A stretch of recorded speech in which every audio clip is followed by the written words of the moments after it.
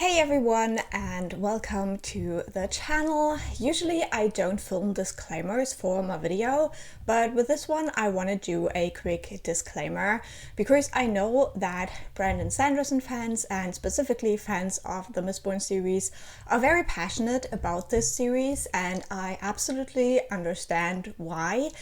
I just wanted to say that in this vlog, unfortunately, I did not fall in love with this series. So if you don't want to watch someone talk negatively or just a little bit like meh about your favorite series, then please just do yourself a favor and close the video now. I did not go into this vlog expecting that at all. I had read Elantris before and I absolutely loved that, so I was certain I would love this series as well. That's also why I got the digital box set with all 3 books at once, because I was so sure I would love it. Unfortunately, that did not turn out to be true, so you have been warned. Proceed with caution. Hey everyone, and welcome back to my channel. Today I want to start the reading vlog for Mistborn Era 1. I downloaded the books yesterday on my e-reader, so I'm very intrigued to start this series. I know nothing about this series apart from that I think that the magic has to do with metal in some way, and that the prompt is like, what would happen if the Dark Lord won? Now, I wanted to start this book in November already, but then times just got a little bit too crazy for reading like high fantasy books about like evil people. So we're going to start it now. I'm very excited. I have read one book by Brandon Sanderson before. Last year I read Elantris, and I will link my reading vlog for that if you want to go check it out. But this is my first step into a series written by him, so I think this is a good place to start. I have heard that this is more YA leaning in like the complexity, and I think for my little brain that might be quite good right now because I have been feeling quite stressed out about life and work and all of that. So the way this works is that I will always update you when I'm halfway through a book and when I have finished a book, and that way we can go on this journey together.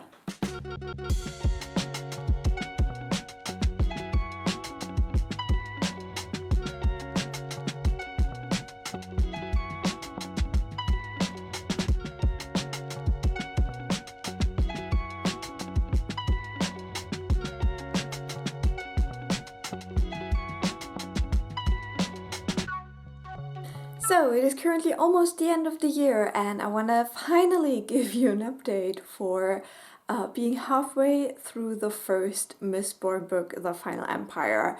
This took me forever. I think I have been reading this book for 2 weeks now, and it's not even funny.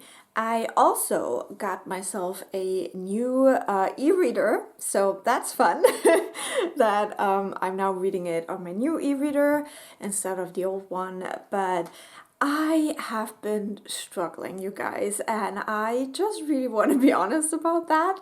Now, in The Final Empire, we have 2 main characters, and I'm sorry if I mispronounce any of these character names, I'm just not good at it, but we have Vin and Kelsier.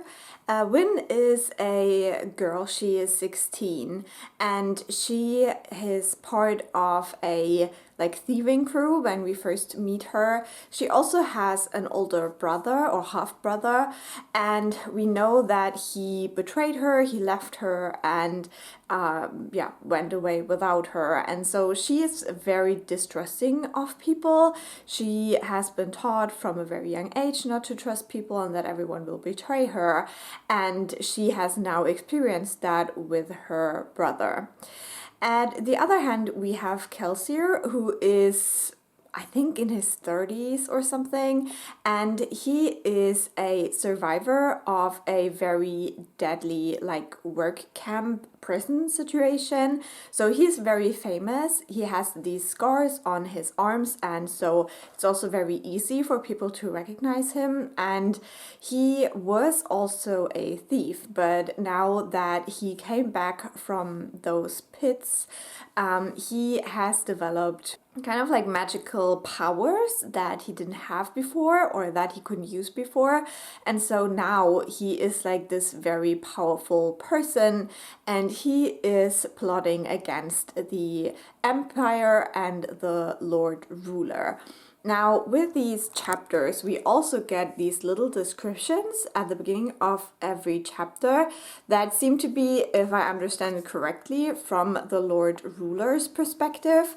And he is writing like a diary from the time when he was the hero of ages and he was supposed to save the world. And it seems like he kind of did, because the world still exists now, but it has been hundreds and hundreds of years. And basically the Lord Ruler now is immortal, and we have a very oppressive society where there is kind of like two classes of people.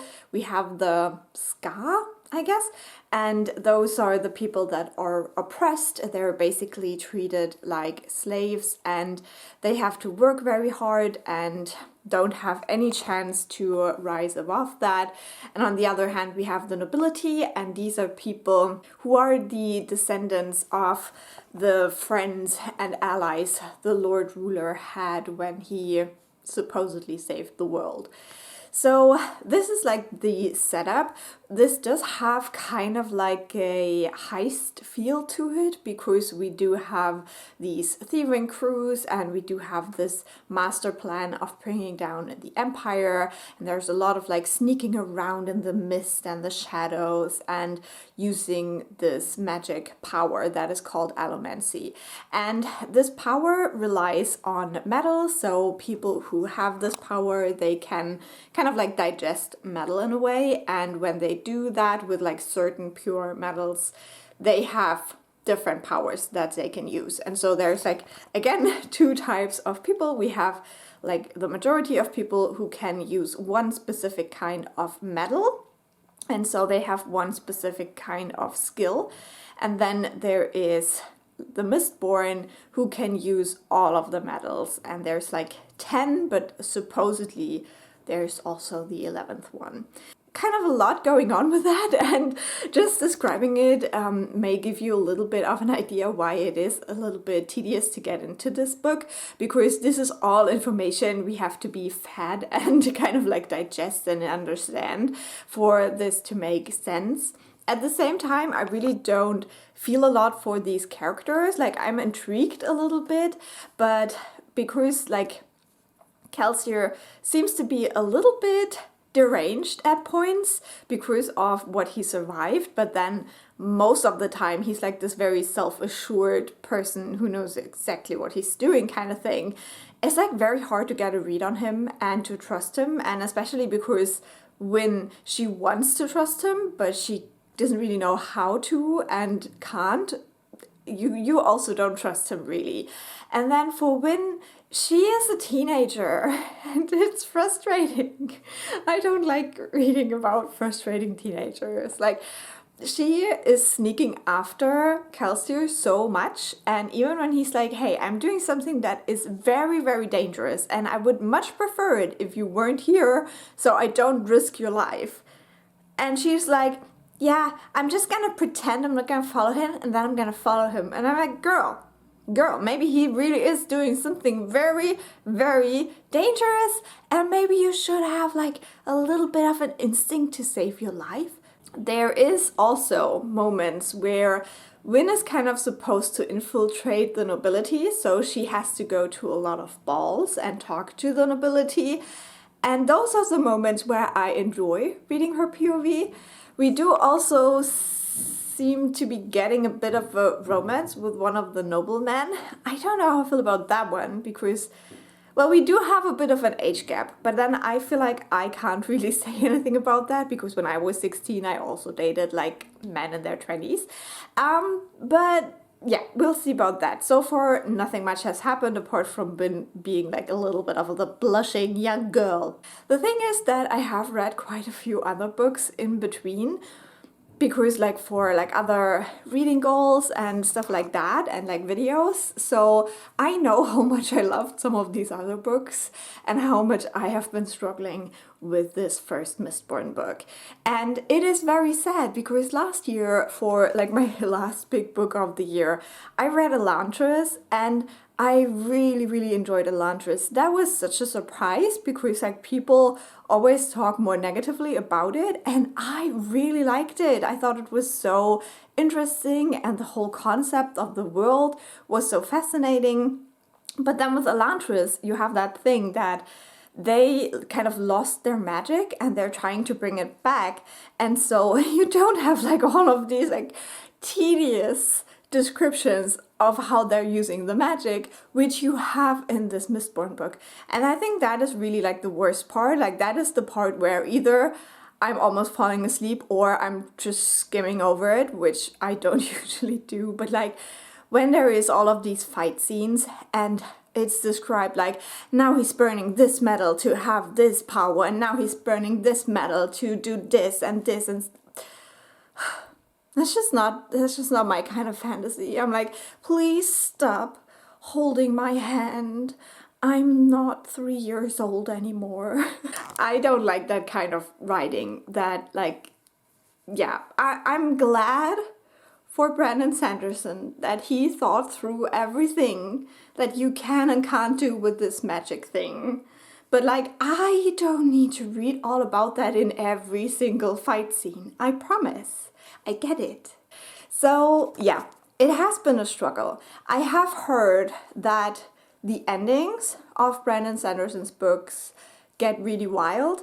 So I hope that we will get to that part soon, because I am determined to at least finish this first book this year. Like, this will be read before the fireworks go off. I promise. So we'll see how it goes. I'm gonna continue reading, and I'll talk to you when I've finished the first book.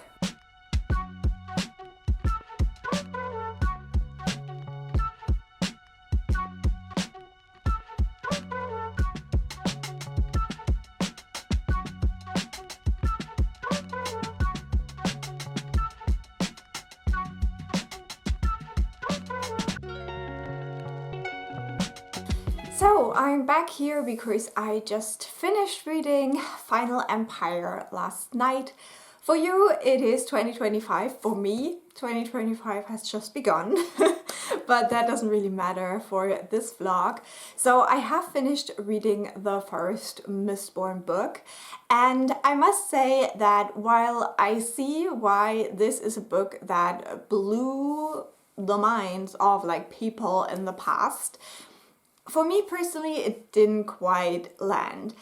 And I will try to talk about this a little bit spoiler free for now, and then I will go into a couple of spoilers, but I will warn you about that if you haven't read the book yet. So I decided to give this book 3.5 stars. It is more like a 3.75, but I was just struggling through so much of this book that it just doesn't feel right to give it like a full 4 stars. Like, I have read so many 4-star books that I liked way more.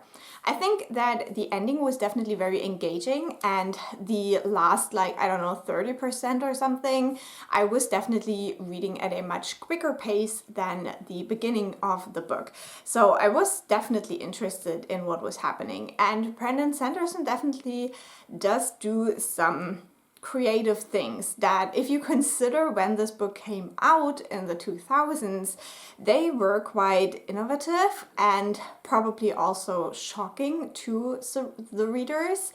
However, I'm reading it now in 2024/5, so I'm not that shocked anymore, I guess. So I definitely was like intrigued that he went there, because I didn't necessarily expected from Brandon Sanderson in such an early work of his. But yeah, I just don't have like the same like visceral reaction to some of these things that I have just read in other books done better, even though those other books were published later. It's just like, you know, the order I'm reading them in also is important for my enjoyment. So definitely interesting. I had like 2 theories for the ending twist, and one of them was correct. Unfortunately, it was the one that I found to be a little bit more boring, but that also seems more Brandon Sanderson. So I guess it makes sense, but I was just hoping for something different that could have been explored more maybe in the second book. Now, what I also want to say is that I have no idea what's really going to happen in the second book now. I feel like this first one definitely has a very full arc, which with a lot of series, I don't feel it that way. Like when you have, especially with duologies, a lot of the times, you definitely feel like, okay, that was like the first part of the journey, but the journey needs to continue. I think with this one, you can definitely read this and be like, okay, that was a book. I do not need to read the rest of the series. I'm still intrigued to see what happens with the rest of the series, don't get me wrong, but it does like end in a quite neat way that still leaves an opening for more story. But it's not like you're dying to get to the next one because there is a big cliffhanger or anything like that. There is definitely some questions that are still unanswered and that I am interested in, and I'm very sure that they will be explored in the sequels. But it's not like this like need to read it ASAP kind of feeling, which I appreciate because I don't really like cliffhangers, but that's like personal taste as well. Now for our characters, I think that they actually do get a little bit more interesting as the book progresses. With our character of Vin, she definitely changes quite a lot because of her environment. The way we see her at the beginning, now the cat is here, she was brought up in a very specific environment, and that made her develop certain traits. And because during the book she is put into very different situations and environments, she also changes quite a bit. And I love that she's also like struggling with these like almost like different identities that she is starting to develop, and she's like questioning like what is her true self. And I think that could be interesting. Now Vin is also a teenager and she's quite hormonal in some moments, so she did get on my nerves, but I think less so in the like last chapters of the book, more so in the middle parts. But I know that some people really love her, and I totally understand. I'm just weird because I do not like teenage characters that much. But yeah, I'm definitely intrigued to see where her journey goes.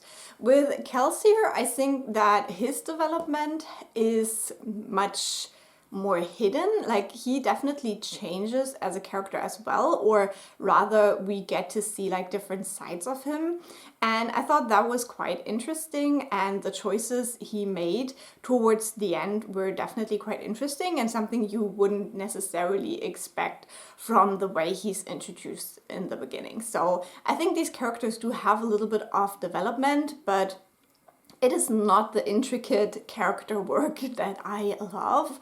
And that is also something that made me struggle with this book, because I'm a #1 character-driven reader. I need complex character relationships and dynamics to keep me intrigued. And while this had like a wholesome note with Win entering like this group of people that she is slowly learning to trust for the first time, it just wasn't enough for me to really feel anything. Like I felt nothing. There is a moment when you're supposed to like really feel something, and I felt 0. So yeah, I think that's all I'm gonna say for like the spoiler-free bit.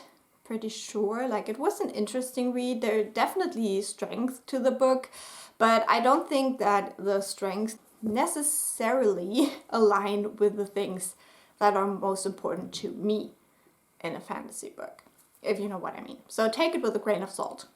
Next, I want to go into a couple of spoilers, not too many, but there is some things we need to discuss here. So if you have not read the book yet, please use the chapters in the description box to jump over the spoiler parts to get to my spoiler-free thoughts on book 2.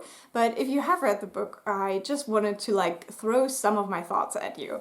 And the first thing is obviously the big elephant in the room, that Kelsier dies. And I was quite surprised by that. The thing is, we have those Kandra beings, and we don't really learn a lot about how they work up until right at the end of the book. So when it happened, I was did he die, or did the Kandra take his place somehow and he doesn't really die? But he did, in fact, it seems, die, and the Kandra just kind of took his body up afterwards to pretend to be him and rail up the scar. So that was definitely something I did not see coming, but I have read in other books now that main characters die, so it's not that fresh anymore. But I can understand that it was really fresh when he did it, probably, but it's just not that way anymore. If I think about the Greenbone Saga, for example, where something similar happens. I don't want to spoil it if you haven't read the Greenbone Saga right now, but something similar happens there as well at some point, and that was a shocking moment to me.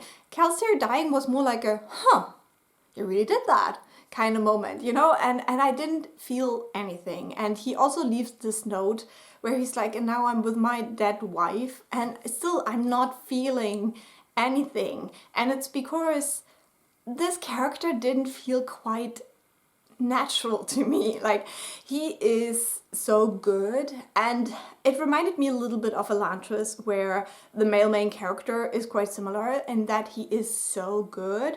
And you also have that with Ellen as well, noble born, but he's a good man. And just Brandon Sanderson has a way to write these good men that I'm just it's very self-insert. It's what you wish men were like. And I sometimes wish so too, don't get me wrong, but it doesn't feel like a person. I like the messiness, I like the grit, and this good boy who maybe was a thief, but he was a good guy, is, I don't want to, if you like this character, I don't want to be mean. It's just that it doesn't work for me, because when I read a character like this, I'm all the time thinking about that this is not a realistic character, that it feels kind of the opposite of a manic pixie dream girl. I think Wynne is a little bit more interesting. She definitely has room to grow. And I did like her interactions with Alan quite a bit. I think they're very cute together. I'm intrigued to see where that goes, just because of how their positions have changed now. And it just feels like we're gonna lose some of the banter maybe, which would be sad, because I did enjoy the banter of the two. Did I get the whole but I love him thing? No, absolutely not. You've met this guy at 10 balls, you do not love him. But it's teenagers, it's hormonal, I can understand. And I just thought it was so interesting with these super efficient great thieves, how randomly stupid they acted. When telling Ellen all of her secrets, I mean, Ellen telling her all of the house's secrets was kind of stupid too. He's supposed to be this economic mastermind that takes over the family business kind of deal, and then he's oh well, we have a big secret, how I tell this random pretty girl at the ball where anyone could be listening as well. No, not a great idea. And so yeah, and then with Kel as well, he does have these moments where I'm how did you survive up until here as this amazing thief, because right now you're not making any sense. But then sometimes it does play back into his plan. It's just that we didn't know his plan. So there were moments, there were eye roll moments. So I wasn't in love with the characters, and I need that. Now, the other big thing is that we have these journal entries from the supposed Lord Ruler, the hero of ages. And so I had two theories that I quickly want to share. Like, my first theory was that he actually got corrupted by the deepness, and that it is actually him, but not him, it's the deepness.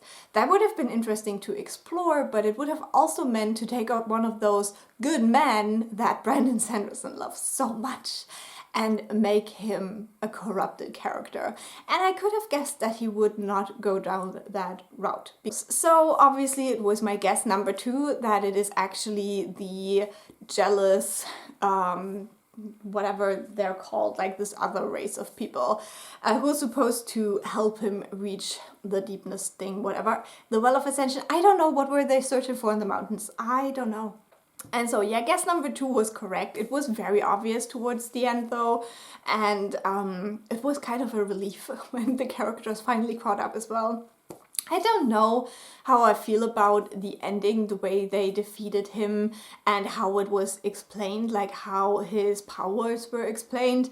I do hope that we get more satisfying answers in the sequels, because for now I'm a little bit like, you made up this like super specific magic system, and then at the end you just throw in like a curveball and be like, well, maybe it's completely different and we just never really understood it. I do like the idea of this book and the way that, you know, this talks about like what people believe and how strong belief can influence what people do. I think that is fantastic and very interesting. I just don't think that it really explored that like super well. I'm intrigued to see how that continues throughout the series. I will definitely also read Era 2, because I know that in Era 2 it will deal with the question of like how these characters that we're reading about right now as like real people, even though they don't feel that way to me, how they are viewed like a couple of 100 years later in the story of this world. So I do think that is interesting, and I'm still really interested in the series. Now, going back to the Lord Ruler just for 1 second, the way I did not love how that went is like two things that I dislike. One is that it doesn't really make sense. Like, he was kind of like a supremacist kind of person, so he thought that his race of people should be like the highest race and that he should be the hero of ages because he's part of that race, okay? So when he gets to power, he starts killing off his own race. Does not make sense to me. Like, even though I would never claim to understand right-wing, like, supremacist, nationalist people, I don't think they would do that. I don't think so. It's like very weird to me. It is, they try to explain it in the book, but it did not make sense to me at all. The other thing is that I just think it has like this racist undertone, that the good guy was so good guy and then he was killed by this evil person of another race. I just don't love that. I can't really put my finger on it, but that's what it feels like, you know? We do have one character of this race. Why can I never remember names in fantasy books? But basically, he helps our main characters, but he's very much a character who serves them, who works for them, who protects them, but he doesn't really seem to have like a lot of his own. Like, the way he does have a job, basically. He's a keeper. He does have like a purpose, and that purpose doesn't match up with his job for the crew at all. So he basically is kind of like endangering his like main purpose in life all the time to protect our main characters, and especially Vin. And I just don't love that. It just doesn't feel right. Like, but that's just like a gut feeling that I got reading this book, and I did not love it. Okay, that's it for book number 1. I'll be back when I'm halfway through book number 2.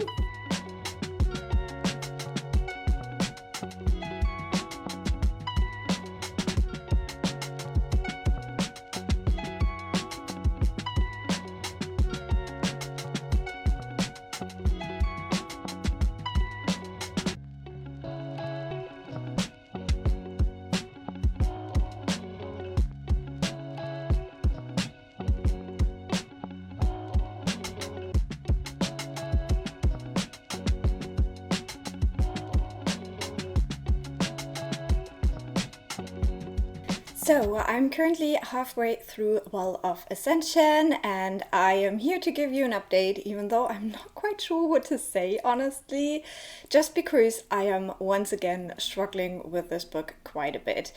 Unfortunately, I don't know. I'm having some issues, and I think it's mostly just my personal taste. Where do I even begin? So we do have a bit of a time jump between book 1 and 2, which is, I think, necessary for the story, not technically what I love for my reading, but it's okay. We jump ahead in the future about 1 year. And as I said, it makes sense for the story. I understand the decision there. We meet up with the characters that are still left from the first book, so it's hard to talk about this without spoiling things, but we do still have quite a few characters that we've met in the first book that we're still looking at in this one. We also get some new perspectives, also that are like more morally gray or like on the wrong side of history kind of deal. So I'm not quite sure how I feel about that, and something that is kind of building throughout the halfway point right now. I'm like, if it goes into the direction I think it is, I won't like it. So yeah, I'm struggling. We have one of our main characters that just treats another character so terribly in the beginning of this book, and it literally takes up until 40% of this massive book that they figure out that that might be wrong and that they should apologize and change that. So that definitely frustrated me a whole lot. Like, I really didn't love how that other character was treated, and especially the reasoning behind it, even though emotionally it might make sense. I think like cognitively our main character should have been able to see that this kind of treatment is not okay and is not warranted at all. So yeah, I definitely had an issue with that taking like 40% of the book to finally get a little bit of resolve. I hope that the development of this relationship now will be much more my cup of tea, because these characters are kind of like growing together now. I just would have wished that this starts a little bit earlier. We also don't have this heist element of the first book anymore. This book definitely is more political. Now, don't get me wrong, I do love a political fantasy book. I love like political machinations and intrigues, and for me personally, I much prefer that to books about war, where you're like in the middle of the war with like soldiers and fighting and stuff like that. So technically this would be great for me. In reality, however, I'm also not loving it, and I think that is because I do prefer my political fantasy books to have very cunning and smart and kind of ruthless characters that are willing to go the extra mile to get what they want, while this is way more of the like good people politics, and while in the real life that obviously would be preferable. And it also like shows really well like the pitfalls of that if you're trying to stay good while playing the game and everyone else like doesn't give a shit about the rules, it's not going to go well for you, even though your intentions might be great. So in that sense, it even feels a little bit too timely. But it's just not the kind of like political fantasy that I eat up. It's more like me being a bit frustrated with the characters for not going that extra mile and trying to stay within the limits they set themselves, even though, as I said, like I get it, like it would be great if you could win the game like that. I just don't believe in this. So yeah, I don't know. I'm having like lots of difficult feelings about this book. I am intrigued to see where it goes. I think one aspect that makes me struggle with this book quite a bit is that the things that I'm interested in that are more like concerned with the world building and kind of like the mysteries that we still have left concerning the Well of Ascension and the Hero of Ages and all of that, like the deepness, that is not very important right now for our characters. And if you read the book, that definitely makes sense, but I want it to matter. Like, I want them to go out there and to find all these answers. And that's not what they're concerned with right now. I think that will be more of a thing, hopefully, in the second half of the book. But yeah, as things are right now, where I am at right now, I do see potential for this, like, going into directions I really would not like, but also some very small potential that it might change direction a little bit and start going into the things that I would be interested in learning about. So yeah, it's still difficult. It is still complicated, my feelings for the series, unfortunately.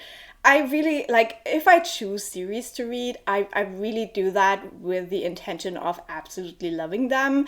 So this not really working out for me is just a tragedy. It is a tragedy, you guys. Okay, that's it for now, and I'll talk to you again when I've finished the book.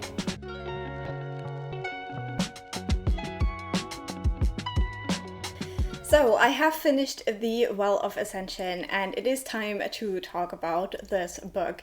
And this is a little bit of an awkward update because I must say that I didn't really enjoy this book.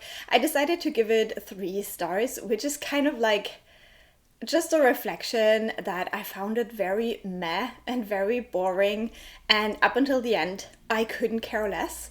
And I had this like moment where I realized that if this book didn't have our 2 main characters, then I would care about it. Like, all the chapters that they weren't in, I really liked. And it's not fun talking about books that I don't love, but I know that so many of my bookish friends were like waiting for me to do this vlog and were excited to see it, so we are getting through it. And I only have 1 book left. But yeah, I want to keep these updates kind of short. We'll see how it works. Just because I feel like if I can't gush about it, I don't want to rant about it either. But yeah, why does this not work for me? I think I've already said quite a bit in the first update about, you know, the setup of this book, how there isn't really anything happening for most of it. We do have like an underlying kind of mystery thing that the characters like finally figure out in the last like 5% of the book, and up until that point we don't really make any progress with that. So it just feels very unsatisfying for me to read like 95% of a book being like, okay, I would like to know this answer, and then it is just revealed right at the end without like, you know, the build-up and stuff. We already, again, have very terrible things that happen to some of our characters. And again, I found myself not caring, not feeling anything. And that just shows that these characters, to me, they don't feel real. I don't connect to them. I don't care what happens to them. I'm not hoping that they succeed. And I can't really put my finger on like why that is. Again, I think I have talked about a lot of that before. There's like some of these moments, especially with the 2 like main characters, that I feel like they just do things and then they're like, wow, why did I do this thing? And I'm sitting there being like, yeah, why did you? Like, why though? So yeah. It's just like, I'm a character-driven reader. I'm sorry if you don't make me care for these people, if you don't make me believe that these are real people, it's not working for me. And then again, the other side of that is that we basically have no plot in this book. Like, nothing happens in this book, and it's just boring. So I think that's my spoiler-free thoughts on this book.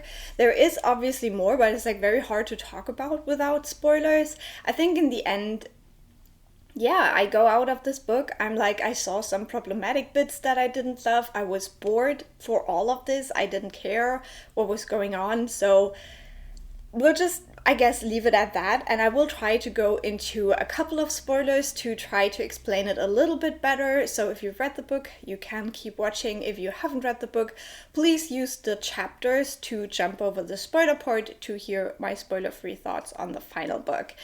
When I want to like her, but I don't. I just don't. I don't care. I don't like her.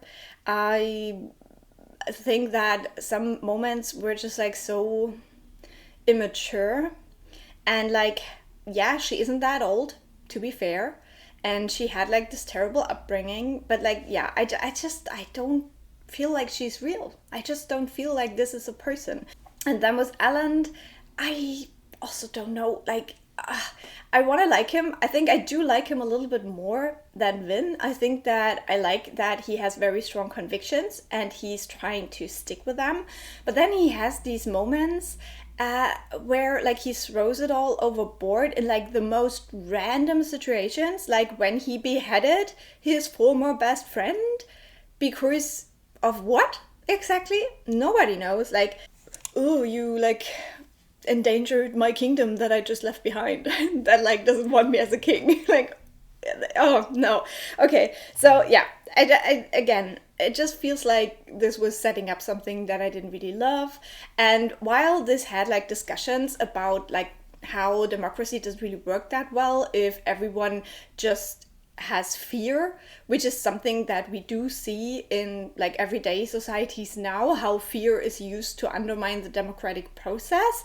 I think that could be profound. But then the ending with like being like, yeah, our solution is we just create an empire. Job well done, because like that's literally where we came from. And this kind of reminded me a little bit of The Grace of Kings, which is one of my favorite fantasy books of all time. And The Grace of Kings really struggles with this idea, with this question of how can like a ruler be a good ruler? Like, what makes them a good ruler? How can an empire really be good for the people if it depends on the emperor being a good person? Like, what happens when that emperor dies and stuff like that? So it's like, you know, it's like really like dealing with this question in this like super, super deep way, and like putting these two kind of archetypes against each other, and like looking at them and looking at their flaws and looking at what they can offer to an empire. And it's just so good. And then we have this, and this was trying to do something similar, I think.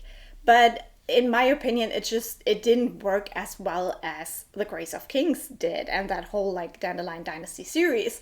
Again, maybe this might also be a point where I'm just reading this series too late, because obviously Dandelion Dynasty is a much newer fantasy series than Mistborn.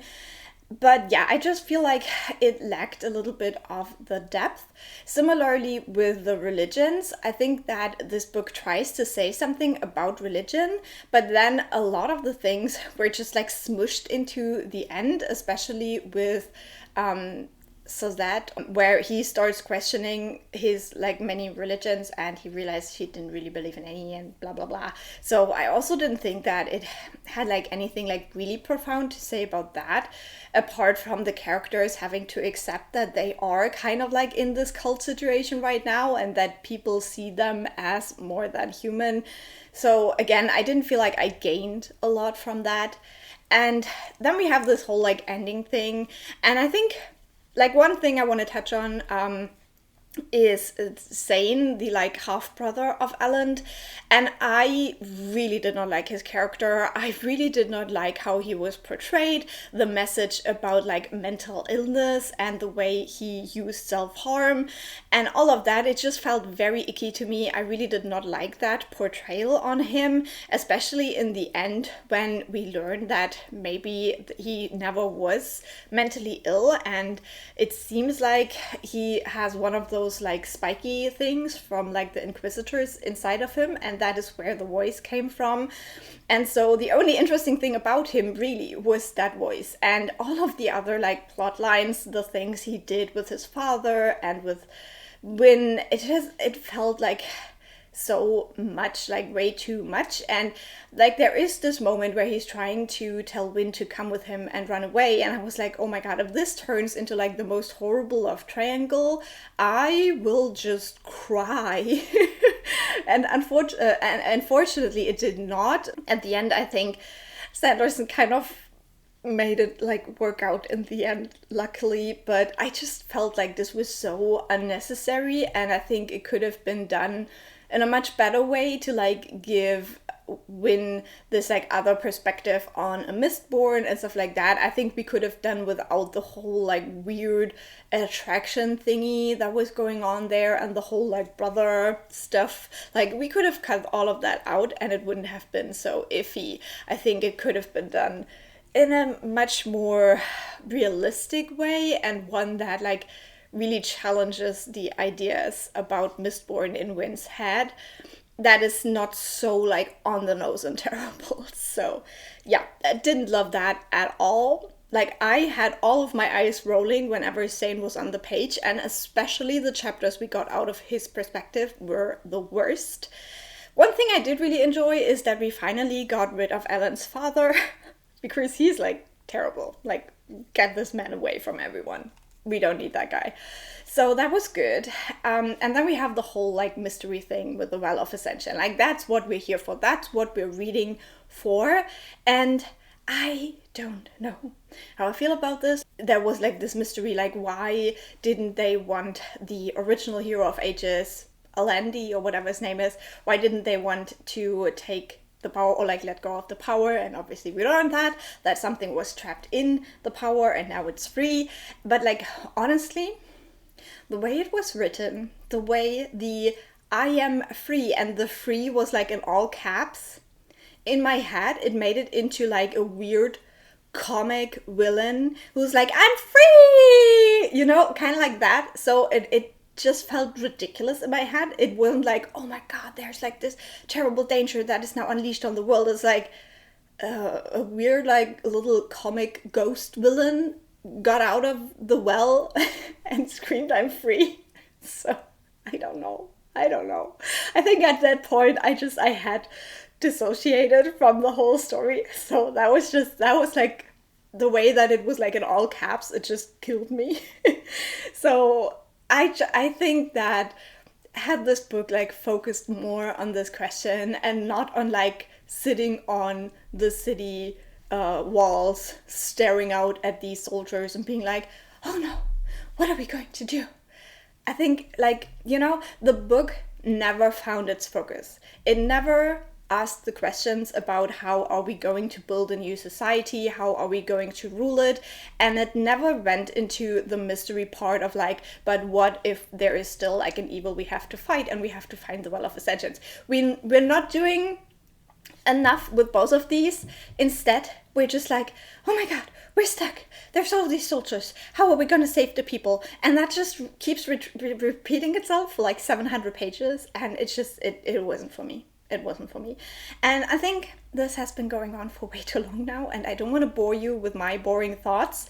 One thing, I'm not quite sure whether I talked about that in the first update because it has been a while, but I also didn't like the casual sexism that is in this book, especially regarding Wynn, because she is a woman, but she has this immense power, and so there are just these like throwaway sexist lines that I just really did not enjoy. And it's like also the whole like marriage thing. I did not like the whole like marriage thing, like, but yeah, okay, like people believe different things and whatever, but yeah, I'm just gonna leave it here. We'll see how the last book goes. I think after this one things can only kind of get better again, I hope, I guess.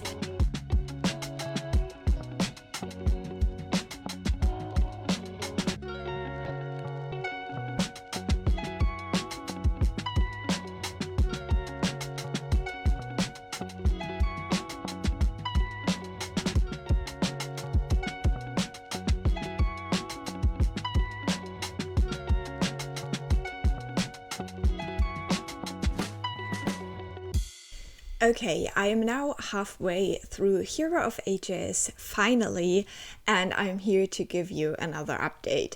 Now, it seemingly took me forever to reach this point, and it was one because I was very busy lately, and then also because I just really am not loving this series. And so, you know, when you're already like not really having a lot of time to pick up a book, and then you're also not like super motivated, it just takes some time. So we are finally here. We have finally managed to get halfway through, and I hope to read the rest of this book much faster, because usually when I can really like spend a lot of time reading a book and really get immersed, then I also enjoy it a little bit more. So we'll see whether this works out. I talked about how the second book was quite boring to me because we had this setup where we were basically in a city that was besieged, and it was like, well, what are we gonna do? And that was it for like 700 and some pages. And in this book now, we have kind of turned things around. Now we are the people besieging a city, but again, we're very much just sitting around being like, oh, what are we going to do?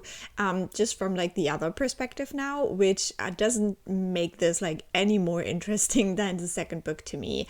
We do have more answers about the world, which I appreciate.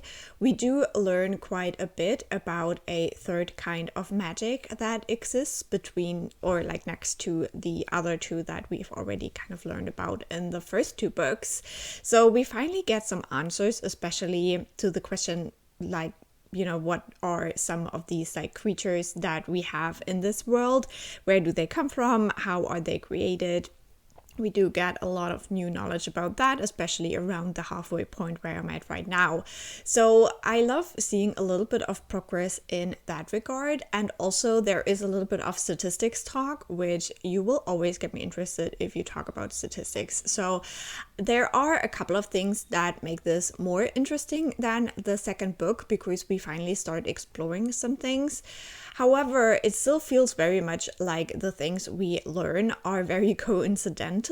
It's not that our characters really make much progress in finding stuff out, or at least when they do, we don't see them. We see them now like in other situations where things just happen to give them answers, and that is something that I really don't enjoy. I also don't understand why we have the time jump between book 2 and 3, where our characters actually make some progress and actually find stuff out, but we don't see any of that. We start following them again after they have found the stuff out, and then we're told the stuff, and now, as I said, we know the stuff, but we never really went on the journey of figuring things out. So that just feels kind of like disappointing to me, because it has this like weird thing where, you know, I wanted to see them make those discoveries and not just be told the answers like in retrospect, you know. And so yeah, we're just sitting around again with our characters. Some are on the move now. I think one interesting storyline is with a character I can't really talk about, because like all of that would be like the big massive spoiler, but I am enjoying that character. I have some theories, like we have more characters that have voices in their heads now, and we can make more theories about who these voices are. With like some of these voices, it is confirmed who they are. With some others, it is not, but I do have my theories about that. So there are some tidbits that are still kind of intriguing, but as a whole, I still feel like these characters are just characters in my head. I had this moment yesterday around the like 42% mark where I was thinking about one particular character, and I was like, I don't really remember where they are. And then I really had to think hard to remember that they died in the end of the second book, and I was like, oh my god, like I read like almost half a book and I completely forgot that character was dead. That is not great. That really is not great. And it's not like it was like a very unimportant character. It was one of the central characters of the first two books. So I just, yeah, these are just, as I said, just characters to me. They don't feel real. I'm not really interested in their fate. I am a little bit interested in how they will resolve all the stuff that is going on in this world now, because we have gotten to the point where it gets quite like apocalyptic.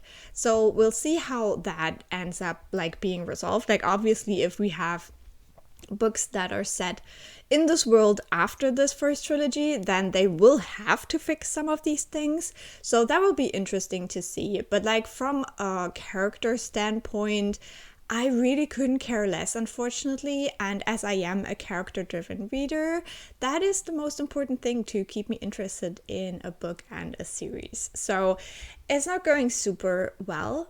I'm also kind of surprised how the plot so far of this feels very much like a mashup of the first and the second book. I don't really think that there is a lot of like new stuff to this, except maybe for the way that it discusses religion right now. There are some new ideas about that, but I just don't feel like it really brings a lot of like new thought to the table for that. And then especially with the thoughts about like how to rule and what like a good system would be, I don't think that this adds anything new. We're just going back and forth between things that the characters have already kind of thought about in the first two books, and we do have this like one city that we explore a little bit more that has a different system that than the ones we have seen before, but I also don't think it has like anything meaningful to say about that. And actually there is this like Windsinger series, if I remember I will try to link it or something, but if you're interested in exploring different societies and how they're built and what are the pros and cons of that, I would recommend that series so much more than what is being done in this book, because in this book it is like very much not fleshed out. It's like, yeah, everything is bad and things are bad, and it is so similar to the second book in that Windsinger series in what is going on, but like the way that is explored in that like YA book is so much more in depth and so much more interesting. So yeah, I'm not gaining anything from that for sure. I'm really sorry if this is one of your favorite series, but like everyone has a different reading taste, and that also builds on like the books we have read before. And as I'm reading this like very late in my fantasy journey, I guess I'm just not convinced by it, unfortunately. Had she and Ellen been that predictable? Girl, what do you mean? He literally told his adversary what he was there for. Can you be more predictable? I swear this book is killing me. So we meet again at the end of all things, because yesterday I have finally finished reading The Hero of Ages, and with that I have finished the Mistborn Era 1 trilogy. It feels like a huge achievement. This took me about 2 months, and these books are obviously massive, so that's one reason why. The other reason why is that I really didn't love it so much, as I have mentioned before. But we have done it. I'm very proud of myself. I definitely still am interested in reading the second era, but we'll come to that in a second. First of all, let's talk about this ending. Now, with Hero of Ages, I must say, I gave this one 3.5 stars again, as I did with the first book. I think that Well of Ascension was definitely the weakest one, and so I was happy that things picked up a little bit again at the end now. I think the ending itself was very well done. I think it fits the story very well. So if you read the series and you're absolutely loving the characters, I think this will be a very powerful ending. And yeah, I could like appreciate what it did, like the way that it probably makes a lot of people feel. Unfortunately for me, because I did not love the characters, the spark wasn't there, but I could see the potential for all of the feels in this ending. And I think that there are some things that I didn't particularly love about it, but on the other hand, I think it was like the ending that the series deserved. So I can appreciate that. For like a lot of stuff that happens in this book, I just kept being kind of frustrated with our characters. I don't really love it when we have like a very overpowered villain, which is definitely kind of the case in this book. So that's just like a trope that I don't like anyways, like in any kind of book. This just wasn't for me. It's just not a series for me. As I said before, I think I also read it way too late. I should have picked it up when it came out, and I hadn't read like a ton of fantasy at that point, so I would have like appreciated it more. But I don't really think that I have anything like meaningful to add to that. I still think that if you go in and you love it, you're gonna love the ending. If you feel like me and everything is a little bit meh and you can't really see these characters as real people, then it probably will stay very meh all throughout. I think I'm gonna leave the spoiler-free part here, and I will go into a couple of spoilers for the ending for my friends who have already read the series, so you can hear my thoughts a little bit more and maybe also discuss in the comments. Just remember, if you write spoilers in the comments, then make sure you mark your comment and then do like the ender a couple of times so people don't accidentally spoil themselves for the series. I think I'm just gonna talk a little bit about the ending. We do have this situation that Wynne kind of takes over the power of the mists, and that is like something you can kind of see coming from a long time. The whole thing with the earring just bugged me so much, because like, really, is Brandon Sanderson telling us that Wynne's sister was murdered with an earring? Like, that does not make any sense to me. What kind of earring can you use to kill a toddler with? I want to see that earring, especially as it is described as so small throughout the series. So yeah, it really didn't make much sense to me personally, unfortunately. So that was like one of the things where I was like, oh, no, not really. Apart from that, the whole like messaging about ruin kind of affecting people who struggle with mental health especially is just a message that I don't love. Obviously, like, mental health, the whole discussion about it has changed so much from the 2000s, luckily. But yeah, reading it right now and today, I just felt it was like very out of place. And I don't think he wrote that from like a bad place or like a bad mindset. I think he just really didn't think about it that much, that he's basically saying, well, people who struggle with their mental health are on the path to ruin the world. I don't know, like, what is that messaging? I don't think he like really thought that through, and so yeah, I didn't love that. We have Wynne take on the mists and then have all the power suddenly. I still think that like the whole like discussion of it being a power but then also having like a consciousness, is that what you call it, and stuff like that, it just went over my head. Maybe that's like the kind of God talk that I just don't understand as an atheist. I don't know. And so what I did like in the end is the way that kind of the two powers have to be combined to create a real god. I also think that it is interesting that the question is raised, like, how did these two powers get separated into two kind of minds and people in the first place? I don't know if you learn more about that in other Sanderson books. I have heard that in the later books there is a lot more overlap between these series, so maybe one day there is an answer in one of his books, but I thought it was nice to not have everything wrapped up with a bow in the end. So that was just very interesting. I really was a little bit struggling with like Say's just taking so long to figure it out with the Hero of Ages. Like, obviously when he's like finally like, oh, with like on the arms, I'm like, oh, finally.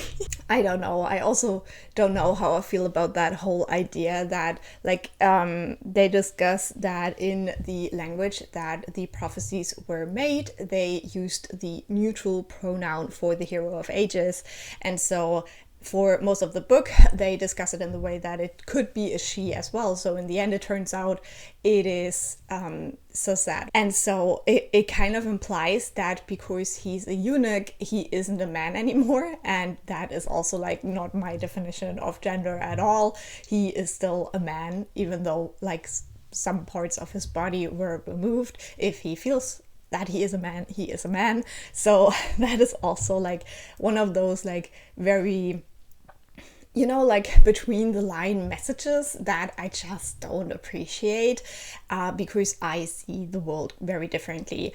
What I thought was interesting, but is not like dove into at all, it's just like one random thought that Sazad had when he was encountering the Kandra, is that they basically have gender and that their bodies do not have like genitals or anything at all. So in that sense, like Branderson actually acknowledged that our soul can have like a gender expression that we prefer and that it is not linked to our body. So he kind of says like, yeah, trans people exist. So I appreciate that one, even though I also don't think that this is what he wanted to say. But yeah, there's just like some interpretations that you can do with the whole thing that is going on in this book. I think that like I had one character I did not want to die, and that was Tensoon. Yeah. How that one turned out, huh? Great. But I thought it was like very interesting. The Kandra culture is like one of those things that I was glad we got to explore a little bit in this book, because it was like one of the most interesting bits in this book for me personally. I love the idea that, you know, this like briefly touched upon the question of like, what does immortality to you? Like if you just can hunker down and just wait for things to get better again because time doesn't really play a role for you, what that does to a community. It was very interesting. However, these are all things that like get dropped and then just left on the floor. Like they're not like explored and discussed at all. Brandon Sanderson has his like focus completely somewhere else. So whenever something interesting would happen, I would be like, oh, that's a great thought. And then he would be like, yeah, never mind. Let's talk about something else. So yeah, in the end, I just feel like this book could have been great for me, but it completely missed the mark, and whenever I was interested it would veer into a different direction, and all the stuff that was actually explored is like, yeah, okay, fine. I was a little bit surprised that we get Wynne and Elend dead at the end.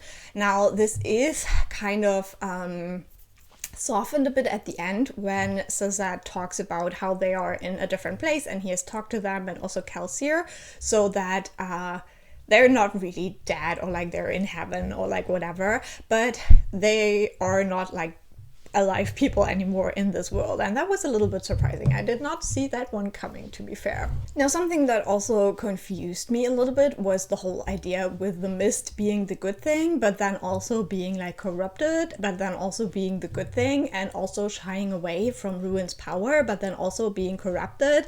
It just felt like it had like too many twists and turns for it to actually make any sense. I think that the idea like that the mist was still the deepness was like very random, because like if the mist goes away from Ruin's power, then how can Ruin's power seep into the mist? Like how does it work? Like I think like if you try to like twist things so much in your own fantasy story, it is very easy to like not make sense anymore in the end, and I feel like that really happened with the whole mist, the deepness connection in the end. But you know, that's just like one like little side tangent. I don't need my worlds to be perfect, but I think that since this series is always praised for having such a hard magic system, there was still a lot of stuff where I was like, now you're opening another back door, and now you're opening another back door, and like, you know, so yeah, I if that's what people talk about so much, is what you really look out for when you're reading it. And so I was like, is it really that like hard? I think like one last thing that I thought was quite interesting was Spook's storyline and the way that he kind of broke his connection to Ruin. That was done quite well too. I think that, yeah, the whole idea with the spikes and then he can kind of easily influence you and stuff like that definitely had like an interesting thought to it.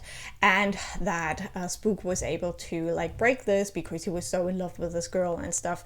It was cute. It was a nice idea, and I like that because of that they managed to kind of save the city and bring back order. I really thought that we would have more like Tensoon as Kelsier moments in that storyline, but I'm also kind of happy that they managed to resolve that without like reviving Kelsier every 5 minutes. I think Spook could have been such an interesting character with his struggle with his own role in all of that.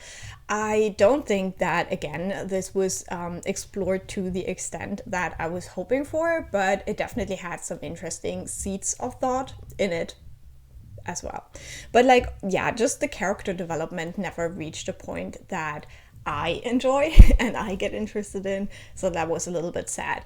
Also with like Suzette's like trying to like disprove all the religions, that's just something that was just so flat, and he's doing it from a place of grief, but I don't think we ever really explore that. And then he gets like quoted some of his things he says earlier in the other books like back to him, and then he's like, oh well, never mind. And just like, I don't know. I also felt like it was such an interesting idea to show his struggle with his faith after having something horrible happen to him, but then it wasn't explored in a satisfying way to me. I think with that, I will end the video here. You can definitely let me know in the comments all of your favorite things about the series. I also want to thank a couple of people at the end now. I want to thank Daniela, Natalie, Charlotte, and Cleo especially, but all the other people from like Cleo's Discord, because these people really pushed me through this series. They did so many reading sprints with me so that I could get through this and be motivated, and I don't think I could have done it without you guys. So yeah, thank you so much for this community as well. I really appreciated it.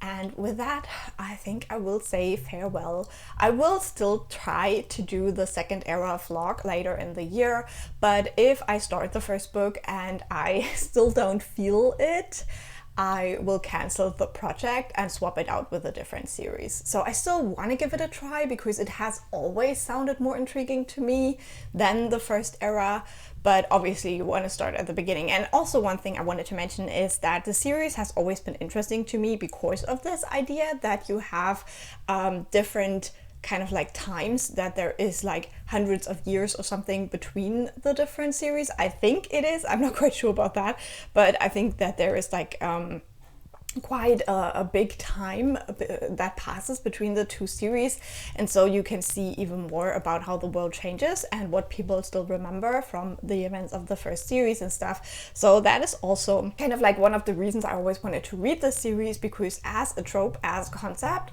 this is just very, very fascinating to me. And yeah, with that, thank you so much for watching. I hope I didn't shadow your feelings, and if I did, just keep in mind that these are just my opinions, and even though I want to like express my opinions the way that they are, I don't mean to say that your opinions are wrong if they're different. We can all have our own thoughts and opinions. It's just the facts that don't change, but on this channel we don't talk about facts, we just talk about my opinions. So have a great day everyone, thank you so much for watching, and I will talk to you soon. Bye!